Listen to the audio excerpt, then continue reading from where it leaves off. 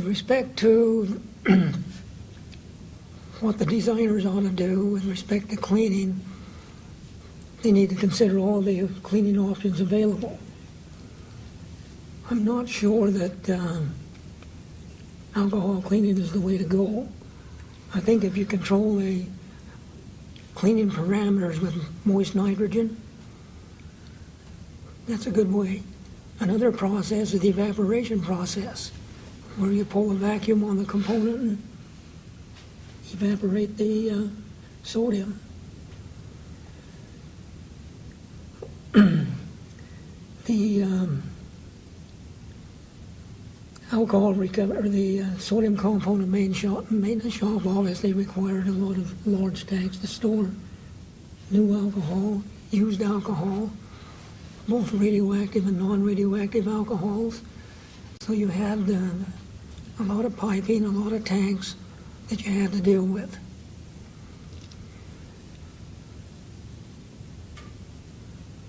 So in that regard, I believe the SCMS served a good purpose for EBR-ll.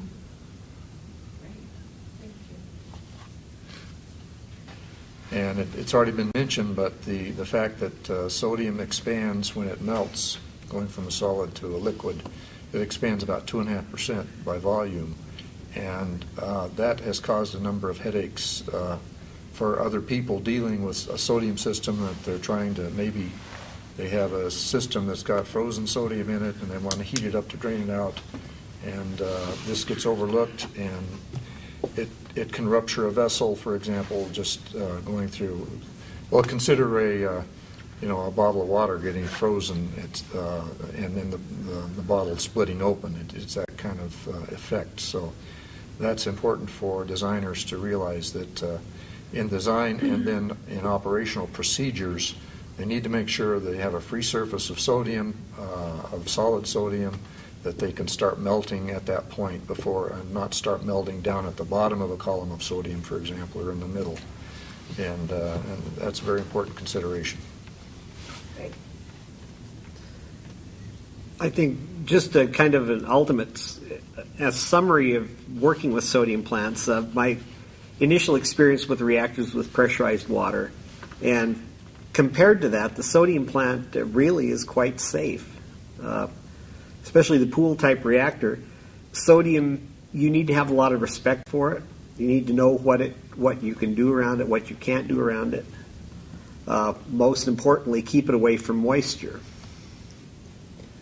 But in general, the dangers with the sodium reactor plant are probably more with the steam, the high temperature steam, than they are really with the sodium, which is similar to the water plants.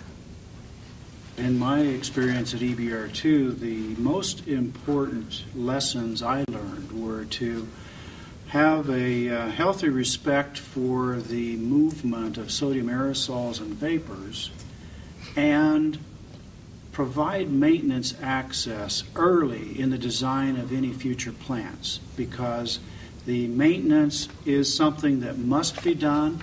It should be planned for, and access created many of the, or lack of access, created many of the delays and operational and maintenance headaches that we experience at EBR-ll.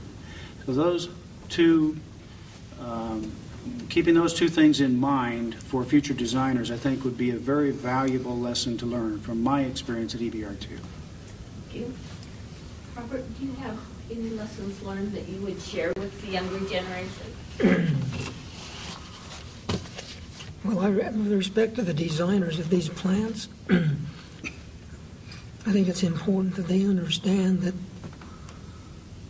working on sodium systems, doing maintenance on sodium systems, can be done safely using proper procedures, and they don't need to be fearful of having concerns about high dangers. One area where I'm really concerned about respect to maintenance is on NAC systems, because NAC can be a very dangerous fluid to deal with. So I would minimize the use of NAC, and then whenever the lesson I've learned is if you have a NAC system, you want to have a dump tank that you can deposit the NAC in when you need to do maintenance. Because I've seen one incident where we were working on a NAC system and there was a NAC spill. I mean, that's a very fearful experience.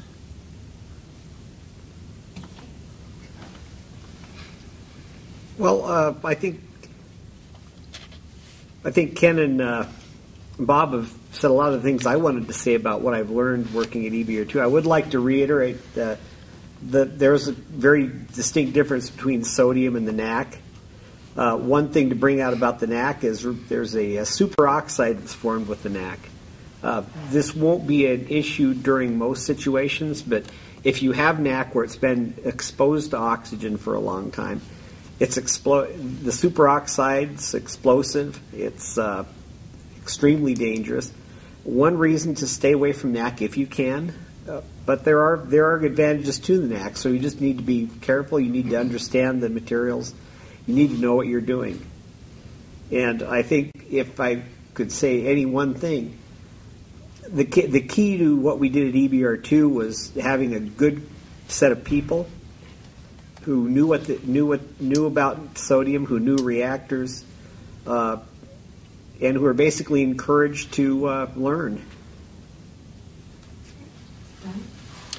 One of the more significant lessons I think that came to light was we've discussed dealing with sodium leaks and how they can be handled without significant difficulty, but on the flip side of that, you want to design to minimize the potential for those leaks because they are headaches. They do impact operations and maintenance.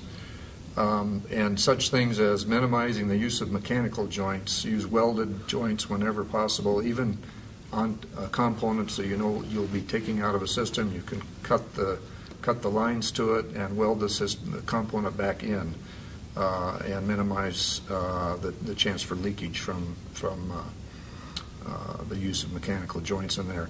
And the other related concept is the type of primary tank that EBR-ll had with no penetrations other than the vertical penetrations in the top cover. And so you had no penetrations, no opportunities for leakage down in the sodium level anywhere in that tank unless a material failure would happen. And that, I believe, paid tremendous dividends in avoiding possibilities of sodium coming out, penetration in the side, for example, if you would have a leak in the system. So just as a general concept, just minimizing the opportunities where sodium leaks could develop just by design to start with. I would comment that first, the larger community tends to think of a sodium-cooled fast reactor as something exotic and new. It's actually among the oldest of our reactor technologies. Remember that EBR-1 was the first reactor to produce electricity. So we've been operating these systems for a long time and have done it very, very successfully and very safely. There were a number of reasons why EBR-1 was the first reactor to produce electricity, but one of them was that it was perhaps the simplest to construct because you weren't dealing with high-pressure coolant at the core. That advantage has been demonstrated very well in EBR-ll.